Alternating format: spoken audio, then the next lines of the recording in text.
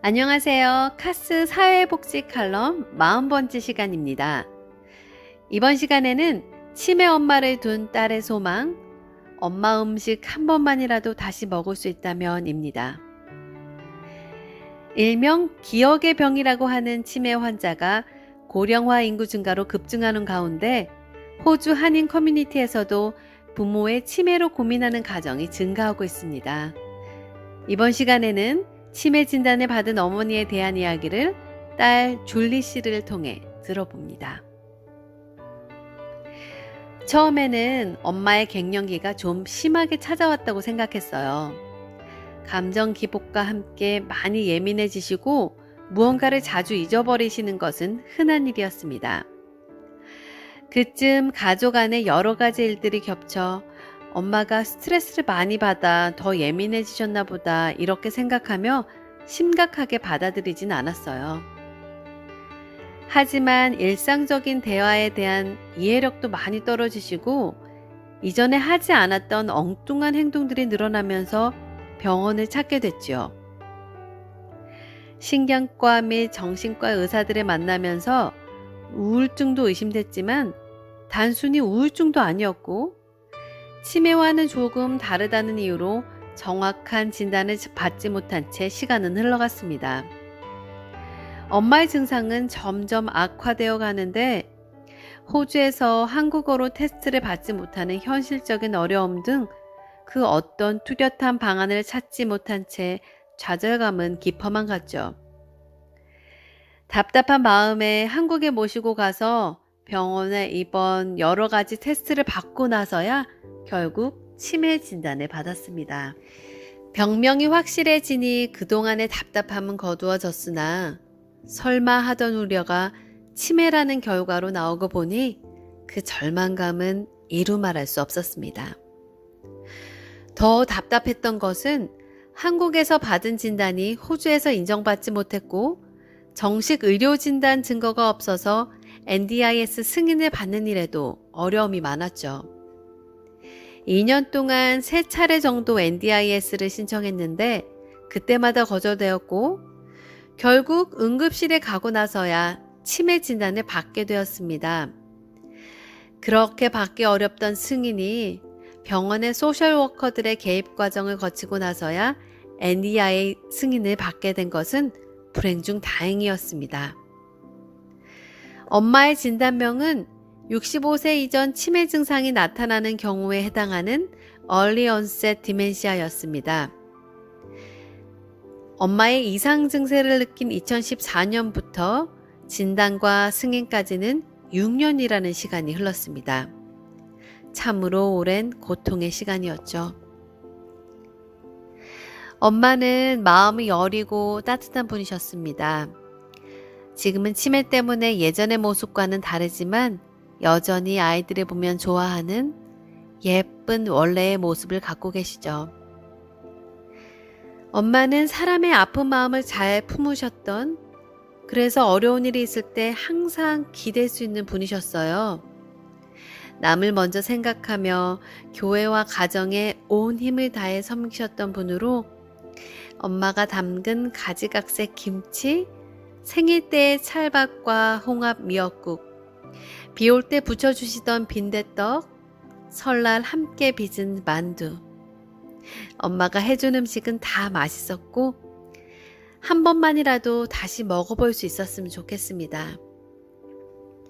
엄마랑 겨울에 이불 덮고 같이 TV 보며 웃고 평범한 일상의 이야기를 나눴던 기억. 그렇게 함께 했었던 소소한 시간들이 지금 너무나 그립습니다. 엄마의 3딸 모두 결혼하고 직장을 다니다 보니 엄마를 직접 케어하기는 쉽지 않았습니다. 그 부분에 죄책감이 많이 컸고 사실 그 마음은 여전히 많이 남아있어요. 무엇보다 치매로 인해 변한 낯선 모습을 보면서 내가 아는 엄마가 아니라는 사실을 받아들여야 하는 것과 예측할 수 없는 갑작스러운 행동들은 감당하기 어려웠습니다. 무엇보다 평생을 함께 해오신 아버지가 힘들어하는 모습을 보는 것은 정말 큰 아픔이었습니다. 직장 생활하면서 매일매일 일상에서 변한 아내의 모습을 보고 일일이 케어할 때마다 몸도 힘들지만 심리적으로도 고통스러워 하셨죠. 죄책감과 힘듦 속에서 사랑으로 케어를 하셨지만 아버지마저 차츰 약해지시고 무너지는 모습을 자식들로서는 지켜볼 수만은 없었기에 또 마음은 너무 아프지만 조심스럽게 힘든 결정을 해야 했습니다. 즉, 엄마와 가족 모두에게 최선이라는 생각으로 엄마를 그룹홈에 모시는 방향으로 진행하게 되었죠. 이런 가운데서도 당연히 가족의 모든 생활은 엄마 위주로 바뀌게 되었습니다. 일상생활에서의 샤워 등 개인위생 관련, 숟가락 들고 식사하시는 것 하나하나 다 도움이 필요했기 때문이죠. 가족이나 거울에 비친 자신의 모습도 알아보지 못하고 말수도 없어지시고 숫자를 이해하지 못하시거나 TV에서 나오는 사람들과 대화하고 이런 일들이 발견될 때마다 정말인지 너무 절망스러웠습니다. 여기서 더 나빠질 수 있을까? 라는 상황에 직면할 때는 믿고 싶지 않았고 다 꿈이었으면 좋겠다라는 생각과 함께 그냥 모든 것이 캄캄하고 무서웠습니다. 그나마 NDIS 신청서를 작성하면서 지인을 통해 카스를 소개받고 신청할 때 여러 가지 전문적이고 실질적인 도움을 받은 것은 큰 다행이었습니다.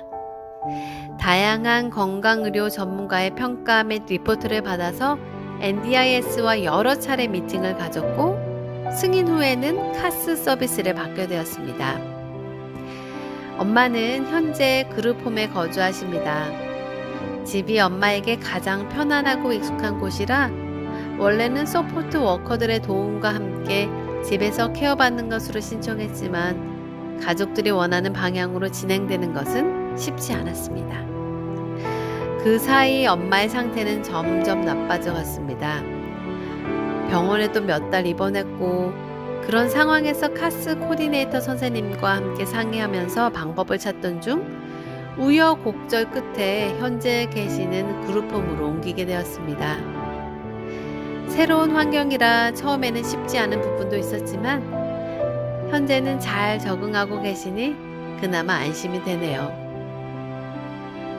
치매를 앓고 병원에 오래 계시면서 늘었던 체중도 그룹홈에서의 규칙적인 식사로 정상으로 돌아오시고 무엇보다 안전하게 잘 지내고 계시니 감사할 따름입니다. 아빠와 가족들이 정기적으로 엄마를 방문하고 있고 우리 집 또한 엄마가 계신 곳과 가까워 주말에는 아이들을 데리고 엄마를 방문하는데 그때마다 얼마나 좋아하시는지 모릅니다. 여기까지 오는 길은 이전에 경험한 일도 아니어서 특히 마음적으로 정신적으로 매우 고통스러운 과정이었어요. 우리 가족이 매우 힘든 시간에 민감한 사안들도 많은데 그때마다 전문적으로 가이드하고 서포트해주신 카스에 감사드립니다. 직접 엄마를 돌보는 서포트 워커분들, 서로의 기대가 다를 때마다 커뮤니케이션이 잘 될 수 있도록 중간에서 조정해주며 함께해준 코디네이터 선생님들. 남은 바람은 엄마가 계속 이렇게 카스 서비스를 받으면서 최선의 환경에서 편안함을 느끼는 가운데 엄마의 품위를 유지하고 오래오래 사셨으면 좋겠습니다.